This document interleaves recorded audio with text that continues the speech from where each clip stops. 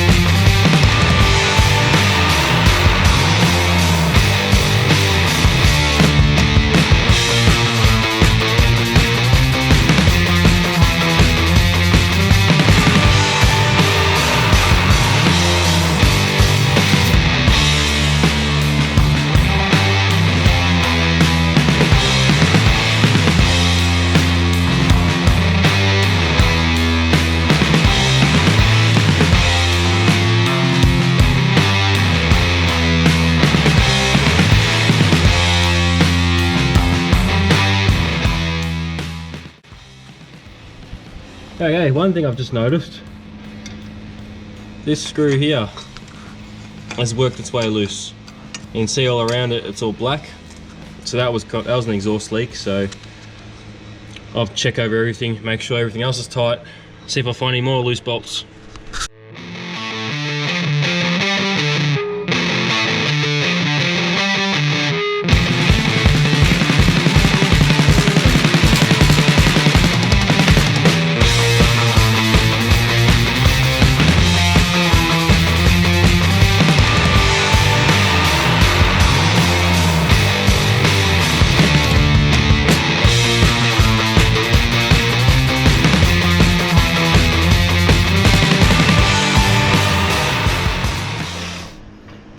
it's working away, and when I took the dump pipe off, I've noticed that the turbo's loose. Hang on, if I can do it. Yeah. So these bolts here are kind of loose. So that's interesting. Oh shit! Hey! Oh look who's here! Yeah. There you go. There you go, mate. Oh, when did you sneak in here? Yeah, I've slipped in here while you're filming. Yep. So we're getting pretty close. Yeah. It's not ideal, is it? Yeah. See, you see it get twisted that way. Yeah, so that's walking around on the studs a little bit. So it might have had an exhaust leak there, and that might have been one of the noises I was hearing. Losing power. So this turbo might be in better shape than I thought. I'll get able to see the ship there. There we go. That's it there. Yeah, she's a bit loose. So, we're getting close. I think I've got to take the whole manifold off. All right. Just getting ready to pull this thing out. Hopefully I've undone enough shit and get it past the studs. Maybe oil drain's hooked on something. Whoop, get close. Not rock cover. Oh, heaps of scratches on it. There we go.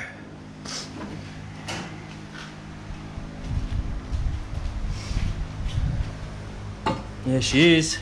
Let's go that way.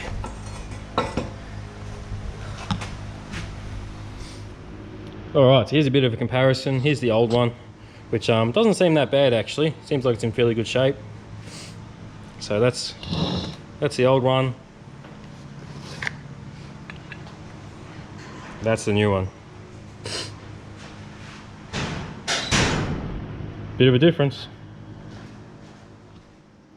Alrighty, finally, after stuffing around with chainsaws and doing fun stuff, loosening and tightening these nuts about 1,000,000 times, I've got it all lined up the right way and we're ready to go back together. So, once again, there's another before, after. So I'll get this back on the manifold, drop it back on and get everything back together.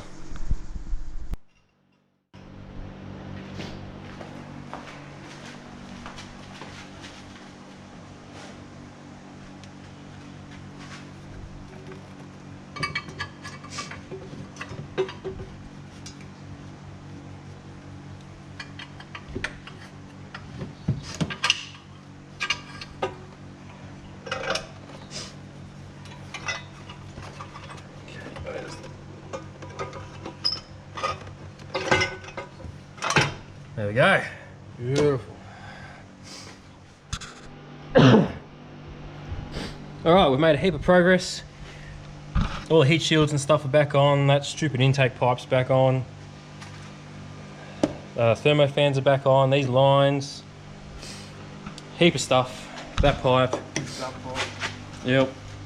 So really I just have to put intercooler piping back on, headlight, front bar, grille and stuff, and the exhaust and the drain back on.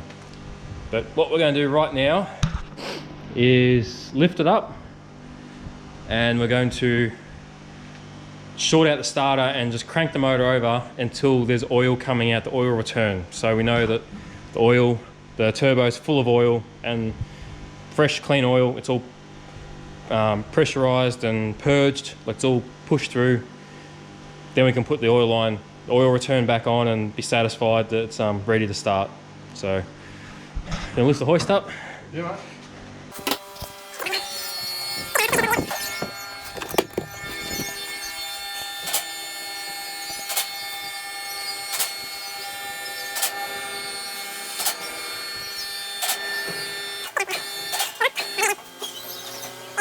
All right.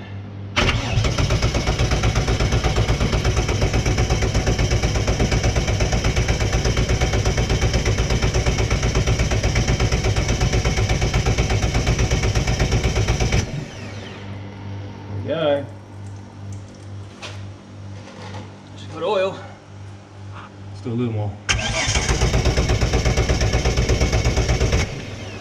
Beautiful. Okay, we prime the oil to the turbo.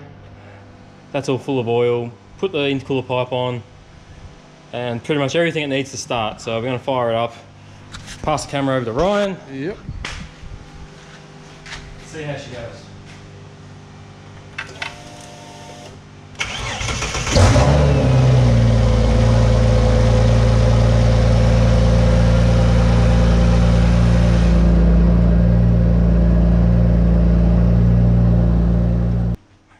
All right, let's try again with the exhaust on. There you go, Ryan. All right.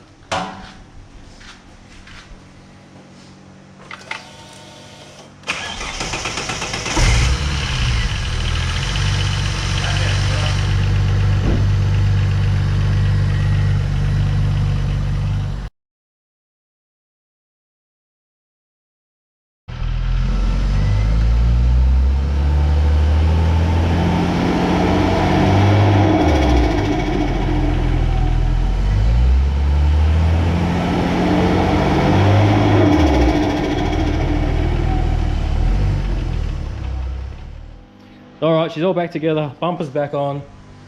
Headlights back on. I've started up, heat cycled it a few times.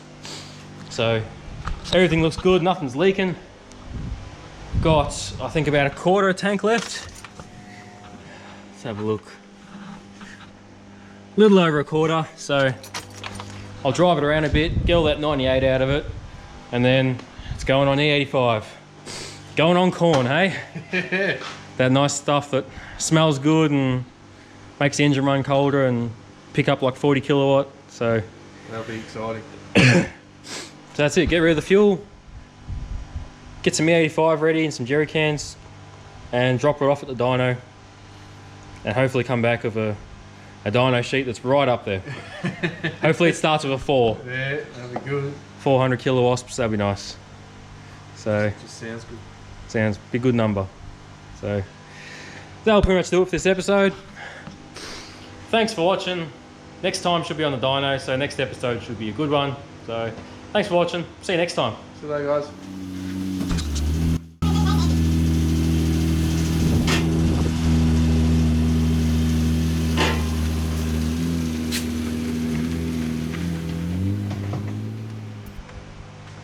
I left the wire off the starter. Oh. Well, aren't you silly? Oh.